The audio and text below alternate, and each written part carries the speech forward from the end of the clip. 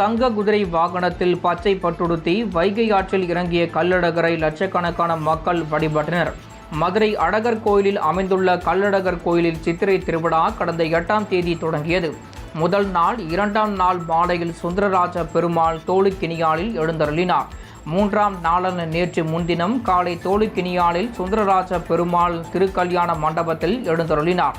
பின்னர் கண்டாங்கி பட்டுடுத்தி நெற்றிப்படை, கரங்களில் வளைத்தடி, நேரி கம்பு மற்றும் பரிவாரங்களுடன் மண்டுக முனிவருக்கு சாப விமோசனம் அளிக்க கள்ளழகர் திருக்கோலத்தில் தங்க பல்லக்கில் மதுரைக்கு புறப்பட்டார்.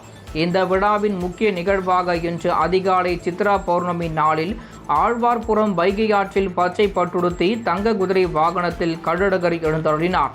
அப்போது அங்கு திரண்டிருந்த லட்சக்கணக்கான பக்தர்கள் கோவிந்தா அழகர் மலையானை என்று விண்ணதிர பக்தி முழக்கமிட்டு கள்ளழகரை தரிசித்தனர். பக்தர்கள் பலர் சர்க்கரை தீபம் ஏற்றி கள்ளழகரை வழிபட்டனர். கருப்பசாமி வேடமணிந்த பக்தர்கள் கள்ளழகர் மீது தோள்பை துரத்தி மூலம் தண்ணீர் பீச்சி அடித்தனர். பின்னர் மண்டகப்படிகை 3 முறை வலம் வந்து கள்ளழகர் பக்தர்களுக்கு அருள் பாலித்தார்.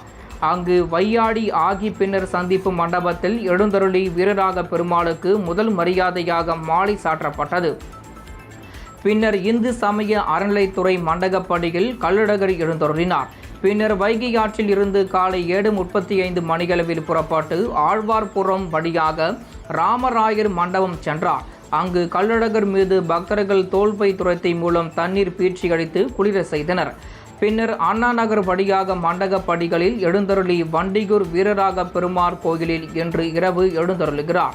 நாளை வண்டியூர் வைகை ஆற்றில் உள்ள தேனூர் மண்டபத்தில் மண்டுக முனிவருக்கு மோட்சம் அளிக்கிறார். அன்றிரவு ராமராயர் மண்டபத்தில் தசாவதாரம் நடைபெறுகிறது. மேலும் மே 15ஆம் தேதி பூப்பல்லக்கு விழா நடைபெறுகிறது. இதனைத் தொடர்ந்து 16ஆம் தேதி மதுரையில் இருந்து கள்ளழகர் அழகர் மலைக்கு புறப்படுகிறார். மே 17இல் உற்சவ சாற்று முறையுடன் திருவிழா நிறைவு பெறுகிறது.